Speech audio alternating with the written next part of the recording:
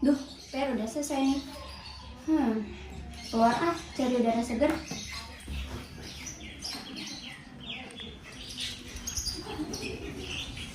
Wah, ada kakek tuh. Ajak ngobrol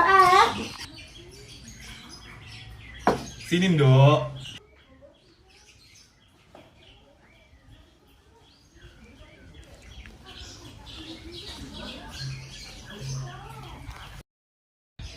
Lagi baca apa itu, Kek? Ini tuh buku Sumpah Pemuda yang kakek suka. Wah, apa itu Sumpah Pemuda? Nah, Sumpah Pemuda itu adalah sekumpulan pemuda-pemudi Indonesia dari berbagai penjuru yang berkumpul di suatu tempat pada tahun 1928. Nah, sebelum pada tahun 1928, perkumpulan pemuda-pemuda itu masih belum bersatu, masih bersifat kedaerahan tersebut.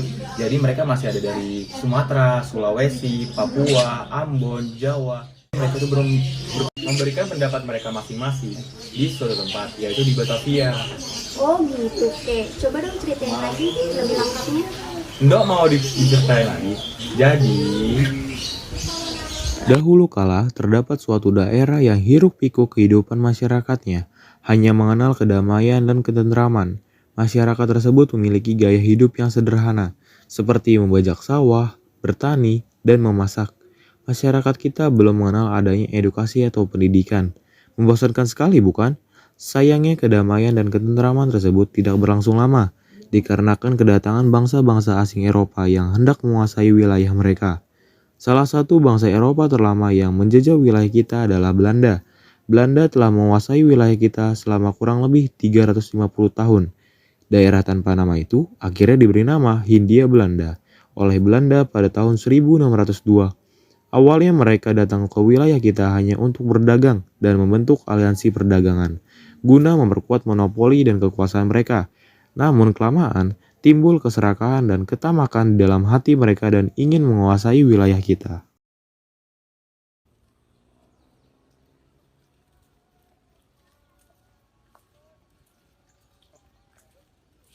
Hei,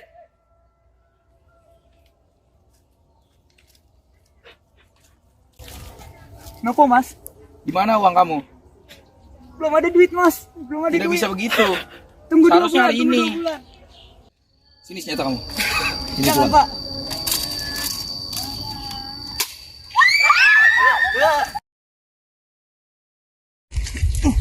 Maksud Tuan apa menembak warga saya?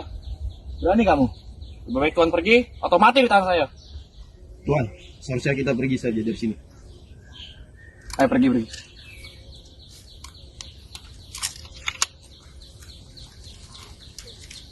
Penjajah bodoh. Monyet kau. Daerah dengan bentuk kepulauan ini sudah mengalami banyak perang, mulai dari Perang Saparua di Ambon, Maluku pada tahun 1817 yang dipimpin oleh Kapiten Patimura. Perang di Penogoro di Jawa Tengah yang terjadi pada rentang tahun 1825 sampai 1830 yang dipimpin oleh Pangeran Diponegoro, hingga Perang Banjar Barito di Kalimantan Selatan pada tahun 1866 yang dipimpin oleh Pangeran Antasari.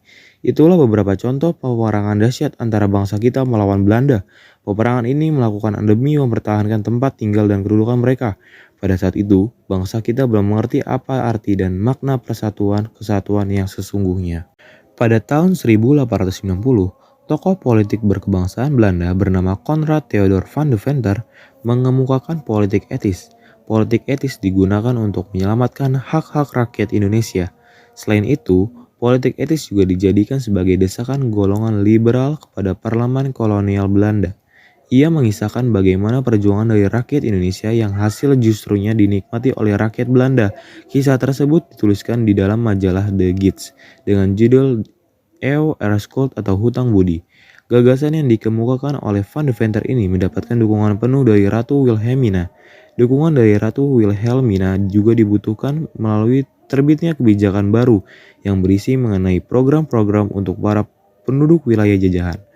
Program tersebut dinamakan dengan Trias Van de Venter. Program ini berisi mengenai 3 tujuan, yakni irigasi, transmigrasi, dan edukasi. Namun sayangnya, dalam penerapan politik etis yang bisa mendapatkan edukasi ini hanyalah kaum bangsawan. Golongan pelajar bangsawan yang mendapatkan kesempatan untuk bersekolah di Stovia atau Sekolah Dr. Bumi Putra menimbulkan interaksi antara pelajar Stovia, perbedaan suku, agama, ras, dan budaya dalam diri pelajar Stovia melebur menjadi kesadaran akan bersama nasib yang kemudian terus berkembang menjadi kesadaran bersama sebagai satu bangsa. Kesadaran sebagai satu bangsa inilah yang membuat sebagai pelajar Stovia memilih bersikap radikal terhadap pemerintah kolonial meskipun dengan resiko yang cukup besar. Pelajar Stovia mulai merumuskan bentuk perjuangan baru untuk membebaskan masyarakat dari penderitaan. Karena perjuangan yang dilakukan selama ini masih mengalami kegagalan.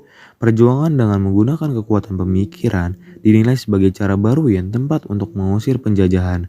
Karena perjuangan yang dilakukan penjajahan ini bisa berkesinambungan dan tidak bergantung pada satu orang pemimpin. Tanggal 20 Mei 1908, pelajar Stovia di bawah pimpinan Suetomo mendirikan organisasi Budi Utomo sebagai wadah perjuangan untuk mewujudkan masyarakat yang sejahtera.